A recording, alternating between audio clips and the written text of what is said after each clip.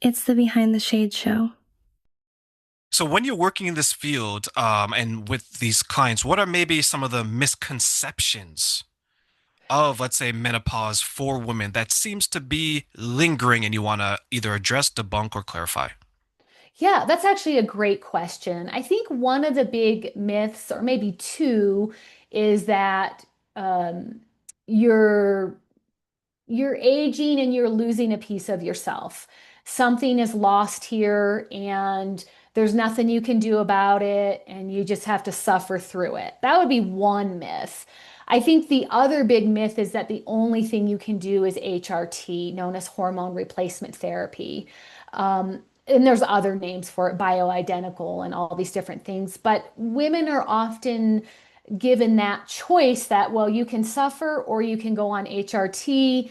Usually the providers women go to are a GP or an OBGYN, and they aren't well versed in the menopause transition. You know, it's not taught in medical school. Even OBGYNs don't have a lot of this knowledge.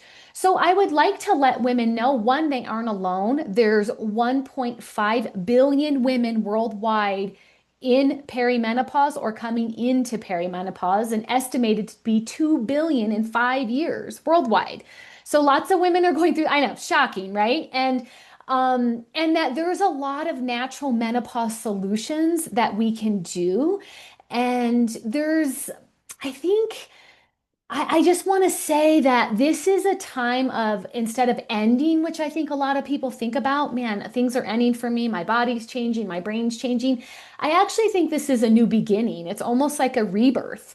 Our body is asking for different things, but it's also allowing us to shed things that no longer serve us or are serving our families. So it's such a beautiful awakening for women.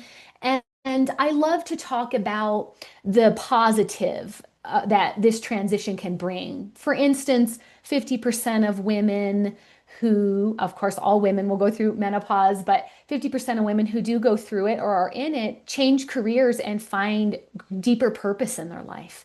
And I think that's something beautiful that all women can look at. Wow, what is my greater purpose? What do I truly enjoy? Because most women haven't really thought about that. They're busy working and taking care of kids or in their community, and they're not really thinking about what are my needs. And this time in life, we have to. Our body isn't giving us another choice.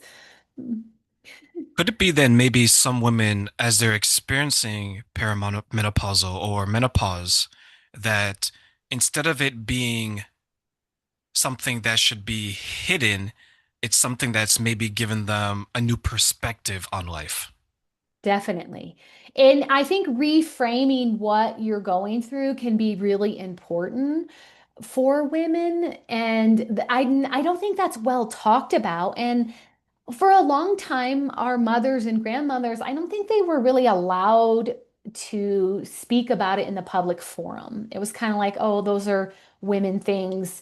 And even though I think menopause has gotten harder for women because of our toxic environment and how our stress and the way our bodies are responding. So I think it is kind of twofold, that it's happening at a greater level, but then also it wasn't well talked about in the past, even though it was happening. And so now it's kind of like women are trying to find their footing.